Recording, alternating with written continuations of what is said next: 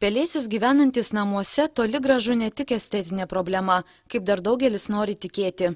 Dažniausiai pelėsis pradeda augti nevėdinamuose arba nepakankamai vėdinamuose, šiltose ir drėgnose patalpose ir jis tikrai nesusidraugauja su čia gyvenančiais žmonėmis. Jis gyvena pas mus buityje, taip, galima ir atsinešti, aišku, savaime, bet dažniausiai būna patalpose, sakykime, buitinėse patalpose, kuriuose mes gyvenam ir ypatingai namuose, kurie drėgni, nedakūrenami, reiškia, sakykime, kaime medinis namas ir būna, reiškia, ten, sakykime, už kokių spintų, ten senuose spintose, kurie nevėdinamos ypatingai patalpos, reiškia, ten veisiasi, dauginasi pelėsis. Dar, reiškia, pelėsis gyvena šiauduose, sakykime, reiškia, daržinėjai, šiene, o žiūrėkit pavasarį, kai būna šienas, reiškia, baigėsi šienas ir daržinėse, toksai kvapas įeini, jaučiasi, reiškia. Ir žmonės, kurie, reiškia, turi tą jautrumą tam pelėsiui, gali susirgti, reiškia,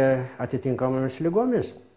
Pelėsis ne vien, reiškia, buityje gyvena, tačiau jis gyvena ir pas mus. Jis gyvena mūsų burnos gleivinėje, nosiaryklėje, ant odos gyvena.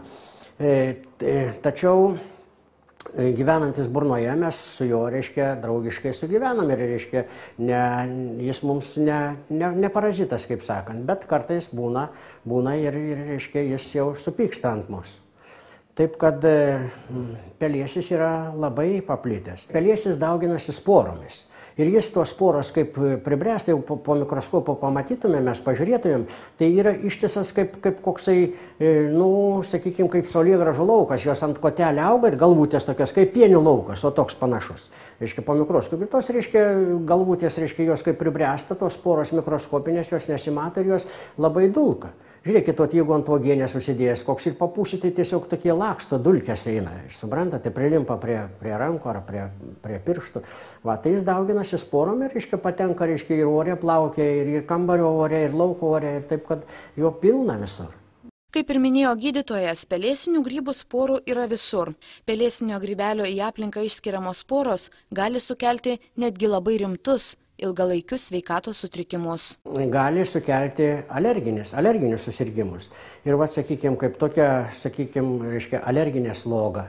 Alerginis, reiškia, tas nosiaryklės uždegimas, nosies gleivinės uždegimas, akių junginės uždegimas, reiškia, alerginis rinokonjunktivitas mediciniškai vadinasi. Tai jeigu jau, sakykime, žmogus nuvyksta, gyvena mieste ir nuvyksta, sakykime, į kaimą, į tėviškę, vaikai, anūkai, sakykime, nuvyksta ir jam atsiranda, sakykime, sloga, čiaudulys, kosulys sausas.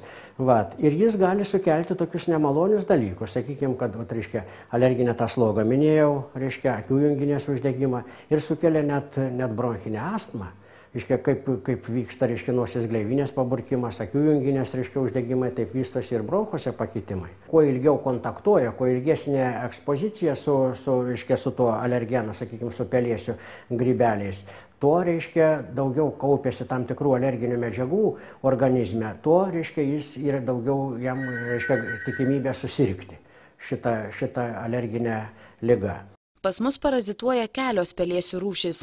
Dažniausiai sutinkama ir labai pavojinga pelėsių rūšis Aspergillus fumigatus. Taip, tai tas pats pelėsis, kuris apsigyvena mūsų buityje, namo ar buto kampuose, už baldų, žodžiu vietose, kur jam patogu daugintis. O mes gyvendami kartu su juo, kasdien kvėpuodami pelėsiais užterštų orų, galime labai savo pakenkti. Buvo labai įdomus atvejas, kad pelėsių grybelis, sakykime, žmogus persirgo tuberkuliozę, reiškia, labai tokia fibrokaverinė tuberkuliozė, kur įsivalo, reiškia, plaučių ertmės, plaučiuose atsiranda ertmės ir jos įsivalo ir jos lieka ilgam laikui, žmogui gali visą gyvenimą atsirasti, kai pasveiko nuo tuberkuliozės. Ir į tą vietą, reiškia, kaip sakykime, apsigyvena tenai, reiškia, parazituoja, įsiveisia, iš kvėpavimo takų patenka, reiškia, šitas, reiškia, pelėsis ir vadinamas Aspergillus. tai jis, reiškia, vadina aspergiliozė. Irgi turėjom tokį įdomų atvejį labai. Vat, tai ir chirurgai operuoja juos, reiškia, ir labai bijo, tarp kitko, operuoti. Jeigu jau nustatoma yra aspergiliozė, plaučių aspergiliozė konkrečiai, tai jie bijo atidaro, reiškia, krūtinės ląstą ir bijo, kad tas pelėsio, reiškia, jis yra piktybiškas, aišku, savaime, kad neužkrėsti visos operacinės, suprantat. Tai va toks atvejis yra buvęs. Medikai tvirtina, kad labai dažnai